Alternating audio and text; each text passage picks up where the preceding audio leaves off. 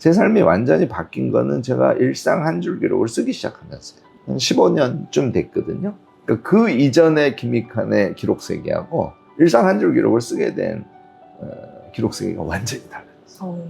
뭐가 달라졌어요? 핵심은 내가 항상 선명해. 제가 지난주 목요일 점심에 뭘 먹었는지가 작년까지 선명하게 기억에 남아있다니까요. 저의 30대 초반이 선명해요. 뭐가 달라질 것 같아요?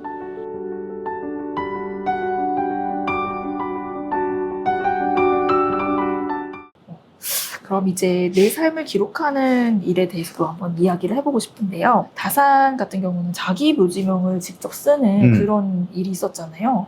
그 귀향이라는 엄청 그 절망적인 상황 속에서도 자기 앞으로 어떻게 살아갈 것인지를 선언한 그 장면이 있는데 그게 왜 이제 작가님의 마음을 그렇게 좀 붙들었는지 궁금합니다. 자기 묘지명을 쓴다는 것은 스스로 인생의 주관자로서 산다는 걸 의미하겠죠. 그러니까 내가 여태까지 그리고 지금 이 순간 그리고 죽을 때까지 앞으로 내가 어떻게 살 것인가에 대한 구체적인 상이잖아요. 그 구체적인 상이 있다는 건 주관자를 의미하거든요. 그래서 인생을 주관자로 사는 자만 묘지명을 써볼 수가 있는데 역시 다산은 그렇게 했더라고요. 그래서 참 훌륭하다, 배울 점이 너무 많다 이렇게 생각을 했다는 것이죠. 그런데 주관자로 자기를 산다는 거는 요컨대 자기를 기억해야 되거든요.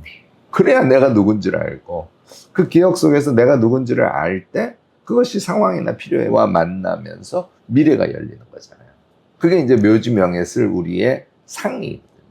그래서 다산의 기록 습관이 결국은 묘지명을 쓸 수 있는 인생의 주관자로서 살아가는 다산을 만들었다. 저는 그렇게 봤던 거죠. 만약에 지금 작가님께서 자찬묘지명을 쓴다고 한다면 어떤 문장으로 어떤 문장으로 좀 시작을 하고 싶은지 여쭤봐도 될까요? 저는 사실 그런데 너무 뻔하죠. 읽고 기록하고 가르치고를 뭐 게을리하지 않았던 사람이다. 뭐 이런 내용이 들어가지 않을까 제 묘지명에는.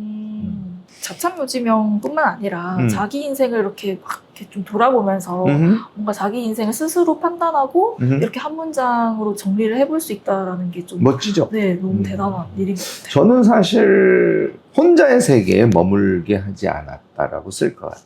내가 깨달은 건 사람들이랑 나누려고 평생을 해왔다. 이게 이제 랑셰르라는 철학자가 우리 왜 무지의 스승이라는 책으로 잘 알려져 있죠. 그래서 랑셰르가 말년에 엄청 중요한 주장을 합니다. 우리 전 세계 시민이 경제적인 평등도 중요하지만 더 중요한 거는 지식의 평등이다. 지식의 평등 태제랄까 그런 것들을 제출을 했는데 저는 랑셰르의 그 가치관을 너무너무나 사랑하는 사람이고 제가 유튜브를 하거나 책을 쓰거나 하는 이유는 딱 한 가지예요. 제가 깨달은 것을 사람들과 함께 하는 거죠. 그래서 뭐 그런 묘지명도 뭐 한 줄 정도 추가하지 않을까 싶네요. 다산은 유배지에서요. 왕이 언제 나를 불러주지? 이런 고민을 별로 하지 않았어요. 그게 다산의 특징이기도 합니다. 그러니까 유배 자체가 삶이기도 한 거죠. 그렇기 때문에 다산은 자기가 과거에 경험했던 것을 기록으로 남긴 것을 재편집하면서 뭔가 창조적인 행위를 유배 시절에 계속할 수 있었던 거라고 저는 보거든요. 그래서 무엇인가를 생각하고 재정리해서 사람들과 나눌 수 있는 기회가 되었다, 유배가. 이렇게 저는 읽고 있습니다. 그래서 정치인들이 유배 가는 거랑 조금 달라요. 현실 정치에는 오히려 관심이 없고 오히려 문서를 통해서 글을 통해서 그리고 가르침을 통해서 길게 세상을 바꾸려고 하는 그런 의지를 가졌던 사람이라서 참 유배는 다산에게는 정말 큰 의미가 있는 그런 시기였다라고 보고요. 혹시 작가님의 인생에도 그 다산의 유배와 같은 좀 지금까지의 삶을 다시 선언해야 하는 선언하고 싶었던 그런 어떤 순간이 있었을까요? 뭐 몇 장면이 있긴 한데요. 저는 개인적으로 지금 탁 떠오르는 거는 우리 이제 2014년에 세월호 참사가 있었잖아요. 그게 저한테는 되게 컸어요. 네, 제가 이제 기록학자니까 현장에 가서 기록을 모을 수밖에 없어서 유가족들이랑 엄청 가까워졌는데, 유가족들을 보고 나니까 아유, 뭐 대학원생들 이렇게 많이 오랫동안 내가 가르쳤는데 대학원생들은 다른 후배 교수들이 가르치고 나는 우리 세월호 유가족 같은 분들을 좀 가르쳐야겠다. 지식 나눔을. 사실 그게 계기가 돼서 제가 그 이후에 대중교육자로 이제 저를 좀 준비하고 유튜브도 시작하고 대중서도 쓰고 교육 프로그램도 만들고 이제 한 행위를 한 거거든요. 다산이 인생의 전환을 했던 것처럼 저도 대중교육자로서 인생을 전환한 계기를 굳이 얘기하자면 2014년 세월호 참사였다, 이렇게 얘기할 수 있을 것 같습니다. 나누어주셔서 감사합니다. 지금 유튜브라는 매체로 이제 대중들이랑 직접 소통을 하면서 나름 이제 기록을 이렇게 열심히 전하고 계시는데, 그 영상으로 남기는 기록이 있고 또 글로 남기는 기록은 조금 이제 본질적으로 다를까라는 생각이 좀 들긴 하는데 어떻게 보시나요? 예를 들어서 영상을 시청하면 중간에 일시정지를 누르고 생각을 좀 하고 이렇게는 안 하잖아요. 쭉 보게 되잖아요. 결국은 시간의 개념이 다릅니다. 그러니까 영상을 찍을 때도 급해요. 그러니까 우리 마음속에 있는 것을 나름 머리로 정리하면서 말로 하긴 하지만 시간이 굉장히 바트게 존재하는 그런 매체다, 이렇게 저는 생각을 합니다. 그래서 유튜브를 보거나 영화를 볼 때와 책을 볼 때가 다른 거예요. 그러니까 책을 보고 글을 쓰는 것은 시간의 속성이 어떠냐면 바트지 않고 느립니다. 우리 책을 읽다가 오 하고 생각하죠. 이게 뭔 말이지? 딴 거 찾아봅니다. 그 다음에 영화는 한 편 보면 끝까지 다 보는데 책은 시간이 많이 걸리니까 책 한 권 잡고 끝까지 안 보잖아요. 네. 그래서 뭐 책을 잘 읽는 사람도 한 3번에는 나눠서 보거든요. 그러면 그 나눔의 텀 사이에 이제 어떤 새로운 시간의 속성이 우리에게 주어진 거지. 이게 굉장히 중요해요. 그러니까 글로 무엇인가를 하는 기록이죠. 이거는 시간의 속성이 달라요. 자, 쓰는 것도요. 저는 그래서 글을 쓸 때는 타이핑을 합니다. 노트북으로. 그런데 메모를 할 때는 가능하면 손으로. 왜냐하면 메모를 하면서 속도가 느리기 때문에 머리는 계속 생각이라는 게 같이 돌아가요. 그래서 음성으로 무엇인가를 또는 영상으로 무엇인가를 남기는 것하고 텍스트로 우리가 특히 손글씨를 써가면서 무엇을 남기는 거는 시간의 속성이 다르다. 이거를 꼭 소개를 하고 싶네요. 네, 엄청 중요한 인사이트인 것 같아요. 이 기록이 내 삶을 바꿨다, 이런 기록도 있을까요? 내 삶을 바꾼 기록은 너무 많아서요. 근데 저는 아까 제가 잠깐 소개를 했는데 제 삶이 완전히 바뀐 거는 제가 일상 한 줄 기록을 쓰기 시작하면서요. 한 15년쯤 됐거든요. 그러니까 그 이전의 김익환의 기록 세계하고 일상 한 줄 기록을 쓰게 된 기록 세계가 완전히 달라졌어요. 뭐가 달라졌을까요? 핵심은 내가 항상 선명해. 제가 지난주 목요일 점심에 뭘 먹었는지가 작년까지 선명하게 기억에 남아있다니까요. 저의 30대 초반이 선명해요. 예를 들자면. 자, 그러면 뭐가 달라질 것 같아요?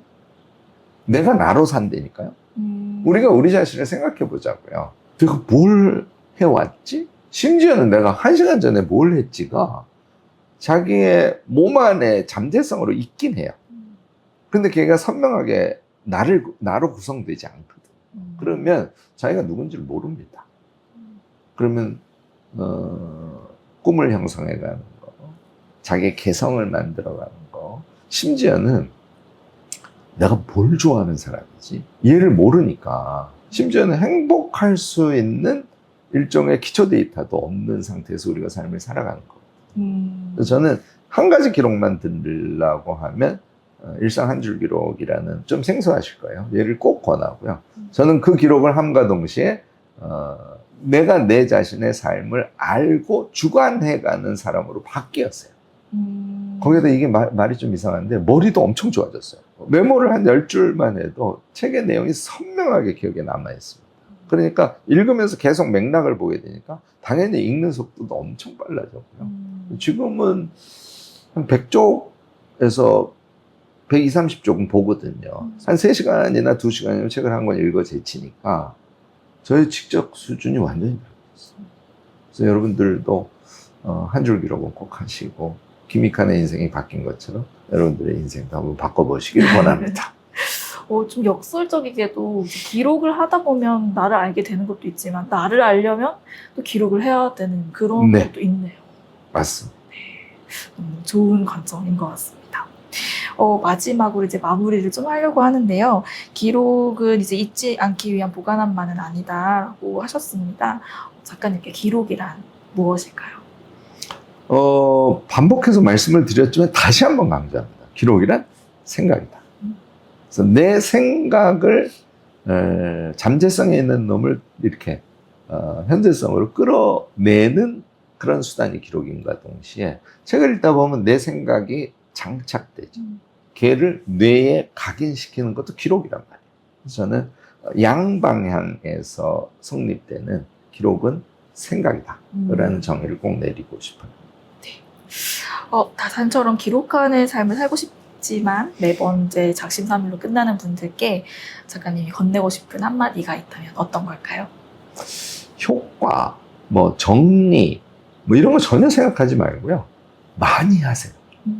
그래서 핸드폰 대신 제가 정말 권하는 거는 다이어리 하나, 책 한 권. 얘는 꼭 손에 들고 다니세요. 그래서 수시로 그냥 아무거나 계속 메모 기록을 하셔서 글씨 막 엉망진창으로 쓰셔도 됩니다. 많이만 좀 해보세요.